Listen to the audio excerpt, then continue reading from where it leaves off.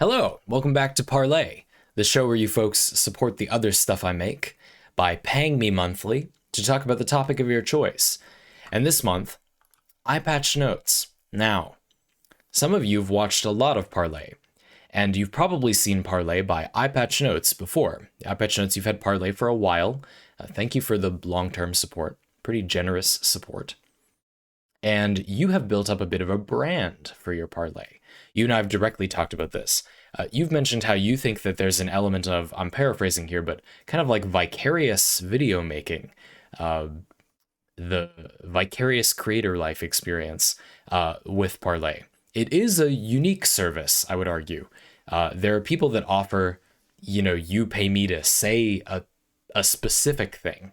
But this more, it's basically an ad-lib podcast, and you provide the prompt. That is, to my knowledge, not a common service, and I really enjoy making it. It's been pretty successful for my size. You seem to really enjoy it for all of its merits, and one of them is that you kind of get to make your own brand. And EyePatchNotes, a lot of people are probably expecting you to ask a question that is a long, well-written, good amount of examples, well-defined terminology, build craft discussion topic. You've done a lot of ones about media in general too. However, no. Plot twist the minute and a half into the video. We're just talking about sinks, baby. Heckin' sinks. Just sinks. It's just pictures of sinks. That's the whole Parley. Let's take a look at the 5 pictures of sinks that you sent me. That's a nice sink right there. As you can see, we've got some labels. Double basin. Oh, we will get back to that later. Yes, we will. It's top mounted. And it's made of a granite composite material that is black in color. I like the faucet of this sink. I like the very wide, shallow basin. I will be dunking on the deep, small basins later, but I believe they are meant for you to flood them, like fill them all the way up and wash your dishes in there. The central conceit of this Parley is that I do not believe that is an efficient way to wash dishes. I think that people think it is. I think they do it because they think it saves water, and I don't know, I guess you can soak a bunch of dishes at once. I think it, at the very least, those people do not know if it saves water. Point number 1. I think that if you wash a dish by taking the dish, putting it in the sink is empty, turn on the faucet, put soap and water on the dish, turn off the faucet, clean the dish, maybe add a little more water if you need to, and then turn off the faucet and put the dish away, then clean the next dish. That, I don't actually know for sure. That almost certainly saves more water than flooding the whole sink for all the dishes. And 2, I don't think flooding the sink with all the dishes gets them clean, really. It gets the food off maybe, but it doesn't. There's a lot of bacteria on there. There's foodborne illness and cross-contamination concerns. That doesn't seem good. It seems like there is no reason to do that. The central conceit of this Parley is that people do that. They're not listening to me. I might be wrong. I don't think I am. They do that. There are also a lot of people who turn the faucet on, wash each dish in turn without turning the faucet off in between, and that probably does use a lot more water. Fact aside, that being a little bit more efficient with your water use is only so beneficial. That does not outweigh all other merit, right? And really, the game of sinks is a game of ergonomics and water savings, I suppose. And I think the water saving part is the more open-ended part. The ergonomic part, in my opinion, there is kind of like a way to go. We will definitely conclude that by the end of this Parley. But the water saving part, I'm coming into this Parley just being upfront about what I understand. I do not believe that there is any merit to filling your sink up all the way. If you do this, again, it's fine. I believe that you probably do it because you believe it to be efficient. I don't think it is. It might be practical for some people somehow. I don't think it gets dishes actually clean, and I don't think it saves water compared to a way you could wash them that I would argue doesn't really take less time. It just requires more turning the sink on and off, which is like annoying, but to be blunt, I think you should put the effort in for that part. So again, maybe I'm not an expert on sinks. You know, a running theme with this parlay is going to be, is it worth optimizing this thing? That is a real question. I am the optimize everything guy. Not optimize necessarily, but like choose deliberately everything. And it's important to understand that sometimes that is kind of a fool's errand. We're also going to discuss whether it is a fool's errand here. Sink number 2. As you can see, a single basin, top-mounted, stainless steel sink with a drain board. I think the drain board, I've never had a sink that had one of these, but I've been in a house that had one. My understanding is it's basically a drying rack. You put your dishes there. I'm talking about it like I'm an alien, but anyway. And they can drip dry, and you can see the overflow water would go into the sink. Very nice, in my opinion. Not really different, I don't feel, from the merit of like a drying rack, I guess, or having a very big sink and then putting a rack over part of the sink. But sure, I don't know. Like, I guess seems fine. Why not? You got to dry your dishes somewhere, right? So those are some basic sinks. Now, I'm sure some people didn't know what a sink was, so now you're acquainted. Let's talk about the mounting thing. We've got a little graphic for this. Top mounted. So this was confusing initially to me. The blue is not water. I think that was a bad color choice for whoever made this graphic. But the idea is that that's the counter, and the gray thing is your sink. Top mounted, you cut a hole in the counter, you drop the sink in, and there it is. There's your sink. Undermount, you're probably going to cut that hole and then bolt it onto the bottom. You can see that in this diagram, they suggest that because the undermounted sink will be more shallow, it's not going to be like deeper overall. And I would argue that's good. There shouldn't be a merit to the sink being deep. You'd want it to be shallow because you don't need to flood your sink. That's at least as I argue. And then for the faucet to be high up, so you've got clearance to put a big thing in the sink. Shallow, wide, high faucet, basically. And so undermount, top mount, same difference. Undermount might look cleaner because you've got like the counter. I like how that looks. And one problem would be that if you flooded your sink, then it might damage the counter or something. Probably if it's granite, it's fine. But anyway, a lot of people's counters are not granite, needless to say. But as established, I think that you pretty clearly should not flood your sink. So that should be fine. I wonder if there's any particular benefit, though, to the undermounted one. And then the flush mount one, like, it would look pretty. You cut a little notch in the counter so it fits in. I don't think there's a lot else to say about that. Probably expensive. It probably looks nice. Fair enough. And maybe avoids the flooding. You can have the clean edge, like the undermount, but still flood your sink, which, as established, I argue you should not do. It isn't efficient to do. If you are frustrated by the idea of people flooding their sinks, as I am, again, I don't know everything in the world. I'm not an expert at anything. My job is to be a jack of all trades. Maybe there is some very good reason I don't know to flood your sink. The water thing, again, I think it's quite subjective, even if you did test, which I'm sure almost nobody has, whether that uses more water or not. Like, it's not even that simple anyway. You can't just do it and say which one uses more water. I think it's not that simple anyway. But anyhow, if that frustrates you, oh baby, is the rest of this parlay not going to disappoint. But let's stop here and talk about normal sinks, because we're going to talk about a not normal sink in just a minute. I don't think a lot of people have a choice in what sink they get. But again, there comes a time when you do. I'm a person who believes that optimizing for a thing or build crafting a solution for a thing in general, maybe not an optimal one, but trying to make it better, optimizing, not making optimal, we don't know what that is worthwhile even if it is partially theory. Let's give you an example. Making a good way to run a human society is valuable, in my opinion, even though we really can't use that information right now. if you know anything about the way that modern society works, you know that it's not really the problem of us not knowing what would be better, it's that we can't do it. For example, it's trivially easy to make a better voting method in the United States, for example. Simply allowing people to rank their choices rather than voting for one person is an enormous improvement to voting politics.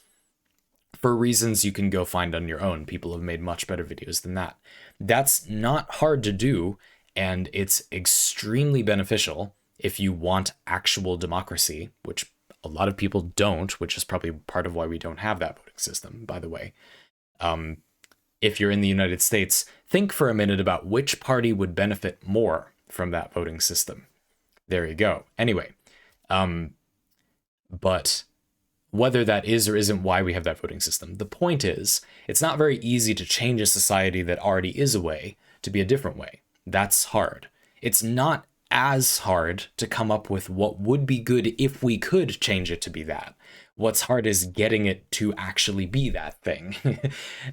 That's a problem. However, I do personally think that thinking about what would make a good place to live, even though we can't do that right now, is valuable. Not extremely valuable, but somewhat valuable.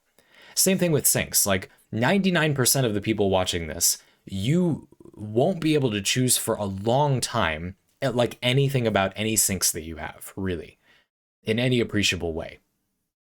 You might be in a weird situation like a normal person, like me, listening to this video because I'm listening to my own speech. I don't know what's happening with those wordings. Right now I'm looking at apartments, for example. And it is true that there are two similar units I'm looking at that do technically have different sinks, but like I can't pick based on that. Like I don't have enough money for that to be the reason I make my decision. I need to pick the cheaper one. Like it doesn't matter what the sinks are like. But there may eventually be a time where you own a home if we don't all die or something in the next 50 years, to some unforeseen catastrophe or very foreseen catastrophe, where you could pick your own sink. And so having some understanding of what would be good or how these people do things, it is good. My gripe for the first half of this parlay, my quibble, it's not a gripe, it's a quibble, is that I don't think that pursuing sinks is necessary. I think that just having a mindset where you test things and use reasoning to make decisions would make you not flood your sink. And then you'll make the decisions about having a sink that will be the good decisions about having a sink. You don't need to apply it specifically to sinks. You could just have that mindset in general. Whereas in some video games, I would argue there is idiosyncratic enough information that you might specifically need to discuss it in the context of that game. Never mind that video games are a good way to learn that mindset. Beverages. That was a nice looking brand. If you have knowledge of what this brand is, I guess they got a minor free shout out. I don't think these are particularly good. My folks buy them. And I drink them because I like to drink things that I don't like or dislike because I think it's interesting. But I would argue, for example, that most people could optimize their beverages. You have to drink a lot of fluid to be optimally hydrated as a human. I promise this is related to sinks. And people don't put as much effort as I think would benefit them into drinking things. Tea, coffee, carbonated water, as long as you don't drink a lot. That's kind of true of anything. These things have zero or a slight positive effect on your health, you could argue, as long as you drink a reasonable amount of them. And when I say coffee and tea, I'm talking black coffee, good quality, well-brewed black coffee, or like with some milk or something. And tea by itself. I'm not talking about putting sugar in it like that. I wish that was a given. It's fine if you do that, but that's not what I'm referring to. You won't need to, for what it's worth. Like a common thing in fancy coffee is that people who get really good quality coffee, it's got more natural sweetness, or it has more of a natural sweet taste. I don't think it actually has more natural sugar. but it does have a certain sweet characteristic, a sweet flavor note. People do generally sweeten their higher quality coffee less. It is in some indirect way healthier if you are going to put sugar in your coffee. I had a pretty fun experiment with my in-laws who stayed here for a little while, where I didn't tell them, okay, that I was giving them different kinds of coffee. Anyway, whatever. And that's an important detail because it calls back to that thing about like, but people do flood their sinks. Yeah, there's how people will use the thing. But anyway, I think that if people put more effort into having interesting drinks in their life, the psychology says you will drink more fluid, which the medical science says you will probably be healthier. So I don't know. I feel like that's beneficial.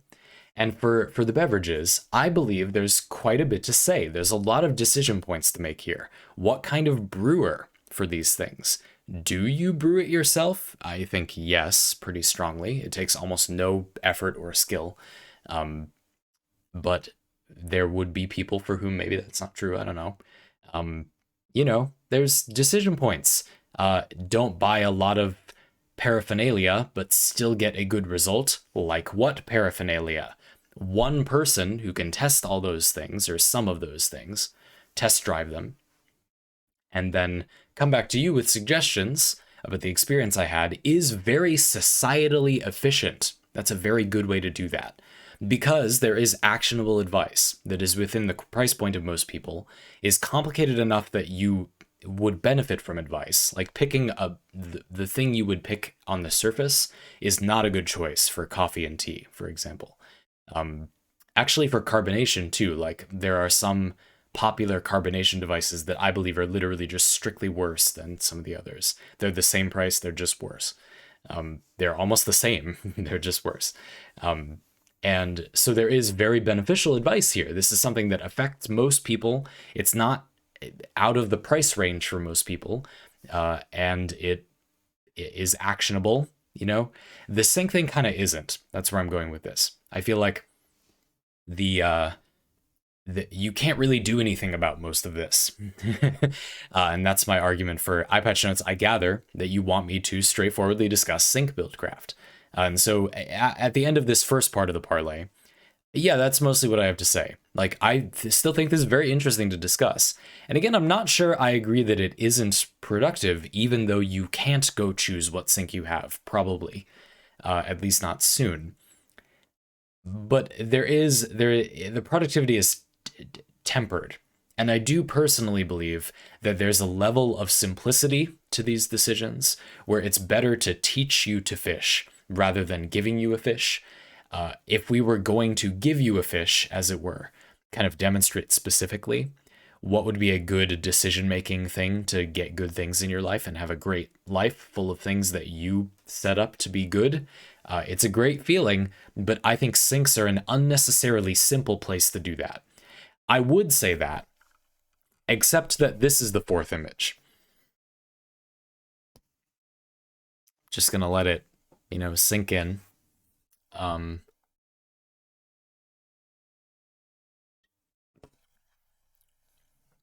Yeah.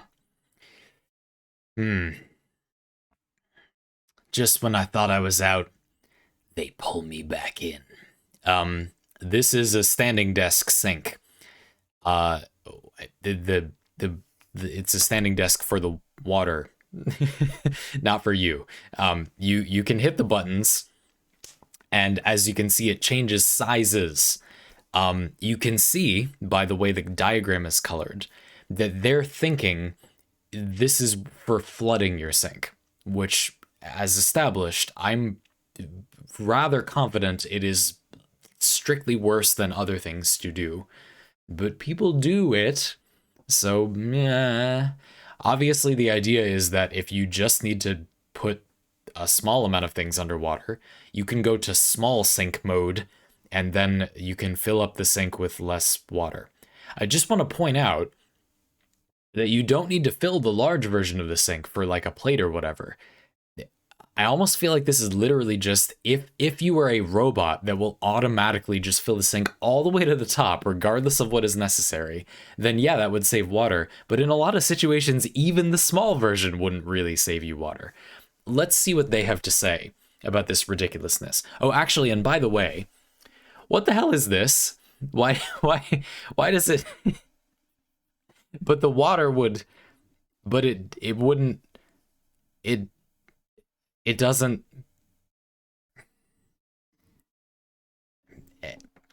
I don't. I'm taking a break from that. We're gonna come back to that later. Okay, diagram. I'm gonna walk you through this diagram. There's some small things, some small text. White part. Lifting sink can improve the water utilization rate in kitchen and raise public awareness of water saving. You can see there that there are some. Are those carrots? Are those salmon fillets? I'm going to go with salmon in the sink. And you can see that they're demonstrating how at the large size of sink, they're not underwater. At the medium size of sink, shallow thing of water, and the small size of sink, they would be deeply submerged with the same amount of water. We're not going to go on any more about my whole point about, but none of that matters at all because there is no good reason to do any of this ever. But people do it, I guess. We're going to come back to that point later. And then the seafoam part says comparison. Anyway, comparison, it's a typo, of water storage capacity of different sized sink. So, all right, again, there in the first one, you're going to see that's a poison ivy leaf and a very fat carrot. That's in the small mode. That's what'll fit in the small sink. The medium sink, that's going to upgrade you to, that's going to be 8 apples. You can fit 8 apples in your sink with the medium size sink. And then the large. So 3 rice bowls with 3 sets of chopsticks. And we're going to say that's about a dozen plates. Although the way they're, anyway, that's what'll fit in those sinks. For what it's worth, I feel like maybe the ability to have the large sink, shallow, wide basin, you're not going to flood it. You just want to be able to fit a big dish in there or something. Like, that's what I would recommend anyway. And then some kind of my central, I don't know about this whole parlay, is I kind of feel like there is some weird benefit to a small sink that I don't know about, like other than flooding it. Or to be fair, if there is some good reason to flood it, it's almost certainly only when it's the small version of the sink. Like maybe there's some weird situation where it's like much easier to clean a certain type of thing that I don't know all things. I'm not from all cultures. I don't know, maybe. And certainly you would want a small area for that. There's still a lot of problems. Like for those very specific situations, couldn't you just get like a basin? Because it is small. Like it'd be one thing if it was the large version of the sink. But I think that's the default thing you want, a shallow, large sink. And so for whatever weird corner case where you do need to submerge a small thing, can't you just like get a container or something? I don't know. It just seemed like you could get a plastic container for $10. You don't need to get a sink that, yeah. I have another thing. I don't think this one matters that much, but we're just being picky. So I mean, how much energy does it take to adjust this guy? Now you might be thinking, I mean, it's not a big sink. Like, is it really that much? You're raising your standing desk to make a point, but is that really a good point of comparison? Like, I don't know, maybe not, but like it is smaller. At the same time, I feel like it's got to be pretty flush or tight, because it's going to hold, a lot of weight of water. Like this much water in dishes is heavy. Like look at the large one.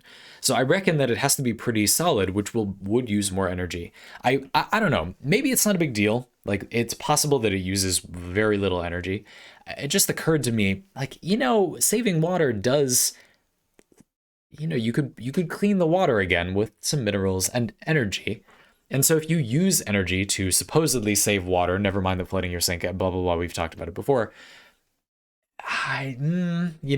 like at the very least, that being an electronic process cuts into the effectiveness of saving water, if that is a thing that you argue this does.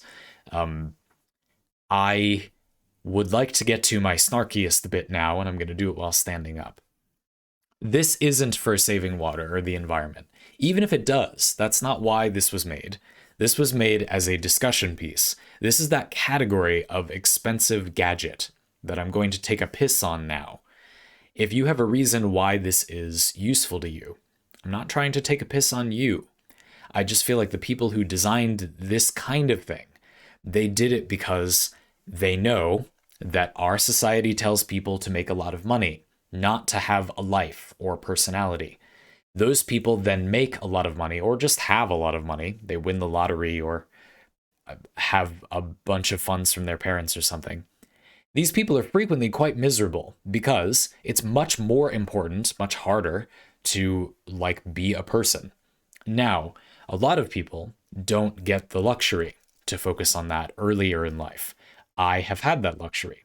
A piece of good fortune that I don't as often acknowledge as I should is that I am able to think about all this stuff because I have the time, because I have supportive family and friends, not infinitely supportive, I still need to make money, but I have the time to, I had a life event and was able to come home for a few months to regroup with my parents while I got ready for my next move or whatever. A lot of people are less generous about this. To be blunt, I don't fully understand why, but there is a financial element there. That's the point. There's an element of privilege there.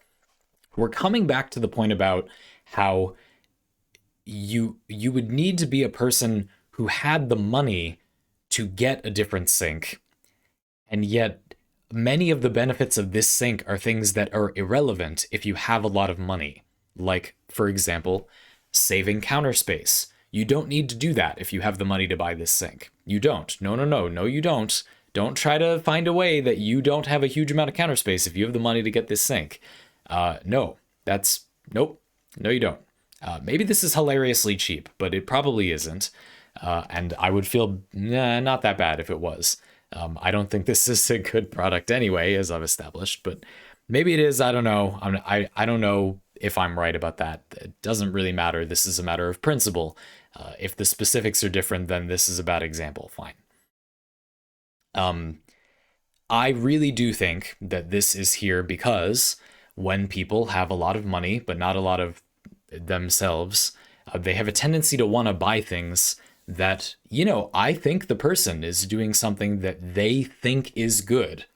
I don't think people buy this thinking it's less environmentally whatever, I'm just arguing that deep down they don't really care about that, which is maybe fine.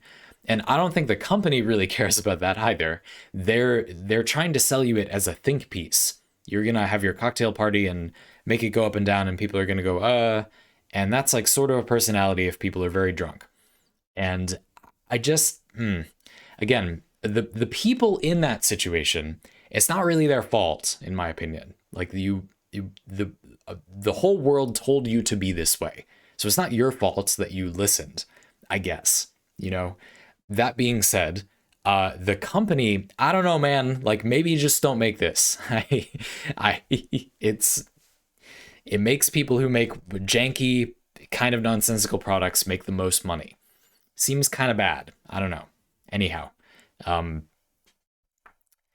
yeah, there's a whole category of these. Should we give some examples? And I would also like to give some examples of things that I think people think are this type of product, but I don't think that. We're going to do that for a minute. One example is I've seen, it's this machine that you put your bottles of spirits in, like a bottle of vodka, I guess. I personally argue against vodka and mixology, but that's a topic for another time. A bottle of gin, a bottle of rum, a bottle of tequila, or whatever. And then you can, how do I describe how this works? It's kind of like the soda machines at a fast food place, but alcohol portions, and it could add different amounts of stuff. So imagine you want to make a Long Island iced tea. You're going to need some portions of gin, tequila, rum. I recommend skipping the vodka in that drink. But anyway, vodka, according to the official recipe. And then depending on the recipe, you know, some cola, some other things. It depends on the recipe. You want mine, we'll do it another time. And so this would mix all those things for you. That's the idea. I watched a pretty fun video where somebody opened one up, and you can see that it's a piece of garbage. Like, but of course it is, though. You know, like you don't know, like you don't need this. I feel that thing is part of a trend where it's like people have this thing where you can't like be knowledgeable about a thing because then you're too into it or something. Knowing how to make a simple cocktail isn't being too knowledgeable about a thing. People are just basic. But it has this discussion point thing where you can give people like a fully made cocktail on this tap that will probably taste really bad because of the... Anyway, we simply don't have time. But the point is, it's kind of that category of product. What are some other ones? Personally, I think there's a lot of ergonomics that are this way. This is going to transition into the segment about things I don't think are a waste of money. I think a lot of people blame or target the type of product that is meant to be more comfortable for you. Like personally, I think gaming chairs are in this category. People like these because surely it won't make you worse at video games. Okay, yeah, but it's like buying a mouse to become good at a first-person shooter. You should like play the game in practice. You can't just exchange money for efficacy at the game, except that you just get very, very, very, very little, you know, like, yes, it does make you better at the thing, but it matters how much. That's like the last thing you should do, but it's the first thing most people do. That's my gripe. You know, it's not like these things do nothing. In theory, I actually think the whole alcohol mixing thing isn't even the worst idea as per se. It's just why? Like, what is that motivated by? Was that really such a problem before? No. Like, no. Transitioning into a quick rapid fire of things that I think people say are this type of product, but I don't think they are. Standing desks. Speaking of which, people, I think, mostly argue against standing desks because they think they're kind of a fad for the person. Like, people will get them and then they stop using them. And so they argue that it wasn't a good purchase. But that's obviously a problem with you, not a problem with the standing desk. I do think that standing desks are misapplied. I think that people often buy them in a situation where it doesn't really make sense. If the point is to get some movement and not just sit around all day, like you could just go to the bathroom, you could hydrate, you're in an office, you probably have to get up kind of frequently, depending on your job. It depends. There are types of people with types of work, and some types of office jobs, of course, where you won't, like, or you can't even for several hours. And for those, I think it really does make sense, but you have to use it. Again, that's not a critique of the device. Like, you can make anything bad. Like, that's not just like a game like Fallout 76 that is a buggy disaster. It's not a good thing about that game that you can have fun with it with your friends. That's you and your friends being fun. It's not, the game isn't like particularly helping, you know, but you literally can't make your desk be different heights without a desk that can be different heights. You could have two desks, I guess. There's some good standing desks for not that much money. I doubt that's cheaper if you get two nice desks. I don't know. Anyway, if you use it and you're a person for whom you actually should get one, I think that's really good. It's not at all like a frivolous conversation point. Another example are like ergonomic keyboards. Personally, I've gotten a lot of benefit from one, but I'm a person who types a lot, works and plays on a computer for a living, does use it in a very extreme way. I have one where, yeah, it's like two halves. And rather than, instead of being like this, a lot of people just have it like this. It's probably better for your hands, but I have mine at a full 90-degree tilt, which is way different. Like, that's a huge difference from the norm. So of course I get some effect from it. Like, of course I feel a difference. I'm also a very skilled fast touch typer. If you have to look at your keys, you can't tilt it 90 degrees because then you got to go like this when you need to see where the L key is or something. That would be on the, anyway, that's on the other side. You get the idea. I think there's a difference between these products that, like, I'm not sure there's really a value proposition here at all, and products that you just have to be, they're often misapplied. It's not that the product is not solving a problem, it's just not as broad as they are popular, for example.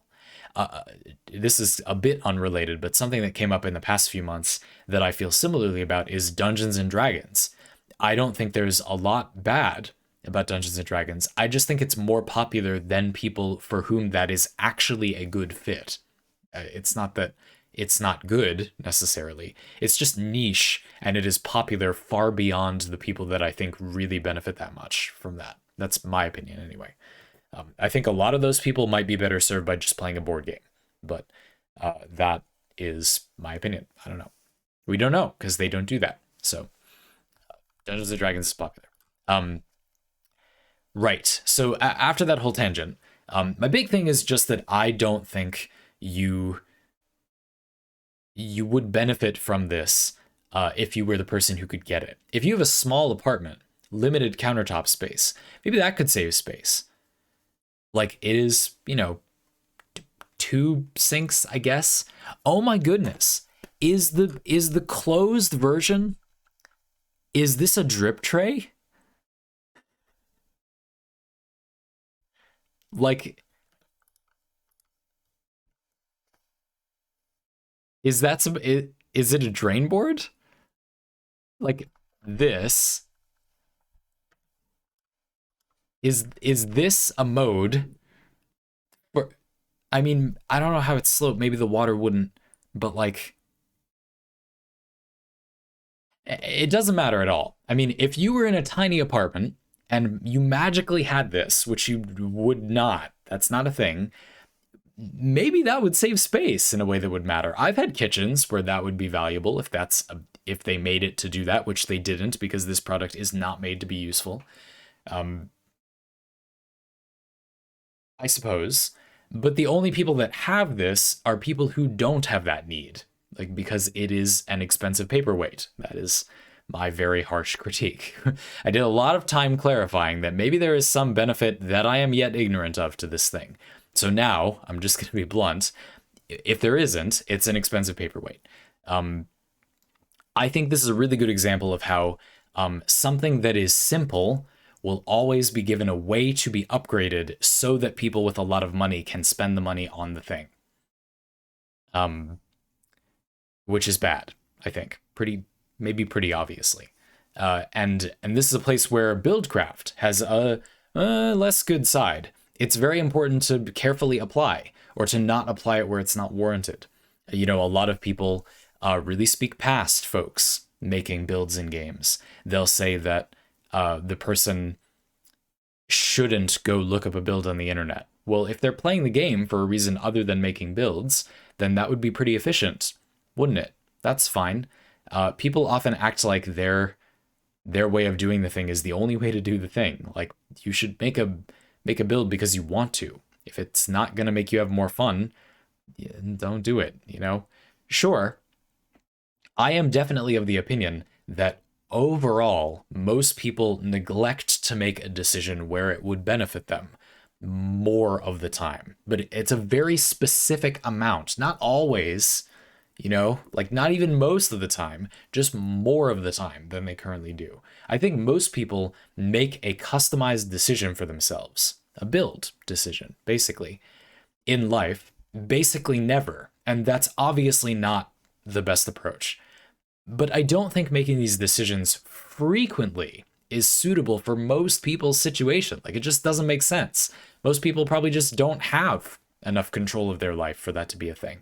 But I'll tell you that doing what I can control, this isn't my space, this is my folks' place.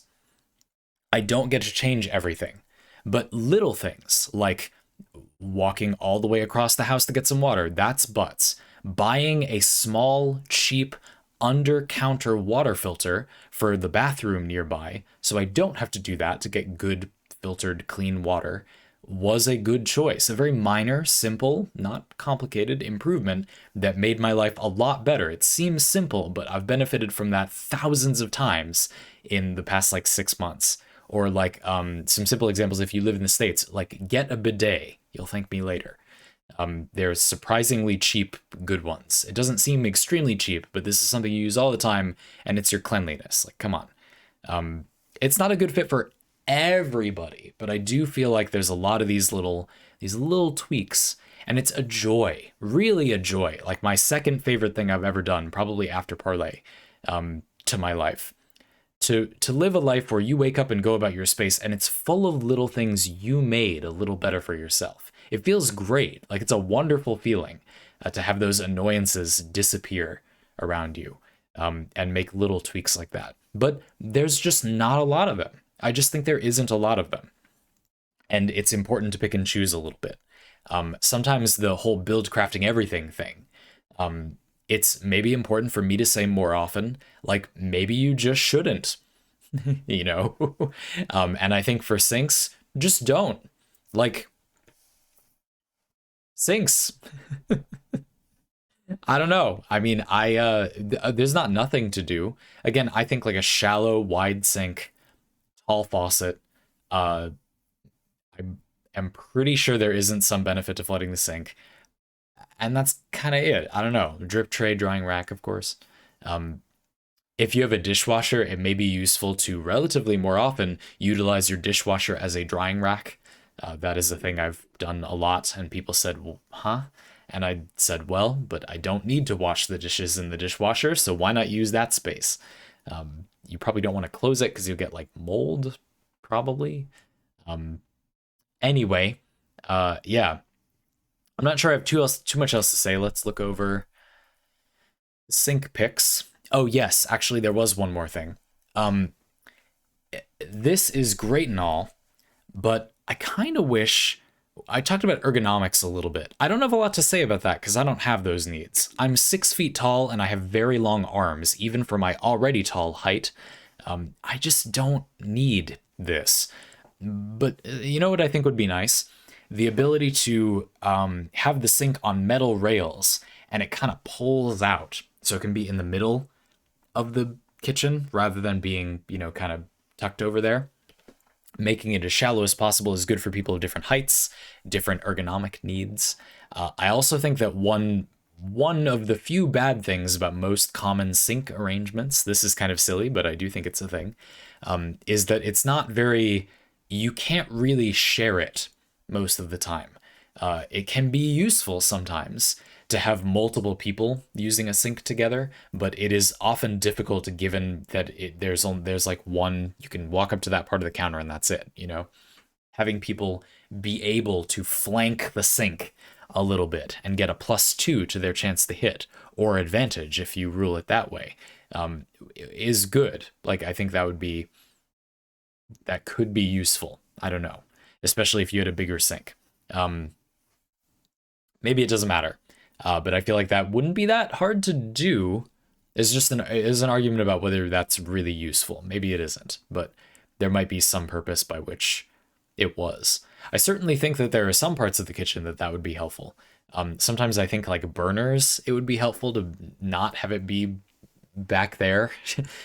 We've all had those 4 burner ranges that we haven't all had those, but probably a lot of you have. And like the burner in the back can be a bit hard to actually get to. That might be kind of nice to move that out somehow, have it be movable. Having something really hot be on rails is maybe bad, but anyway, I mean, now I'm literally this is not even this Parley. I went on a lot of tangents. I used a lot of my own examples because EyePatchNotes, you often provide a lot of your own. I thought it would play up the contrast between this Parley being more open-ended and image-based, not your text, and what you normally do. And I hope that was good. I hope you liked that. I would just like to remind everyone that if there is a way I do Parley normally that you like, you can, of course, ask it. People often do say, you can do this way, or you don't have to read this, or whatever. You have a lot of control that way. At some point in the next, I don't know, a year or something, I'll probably make a video about Parley tech. This will be you know, a list of things that just ideas for things you can do with your parlay if you want to play with those tools.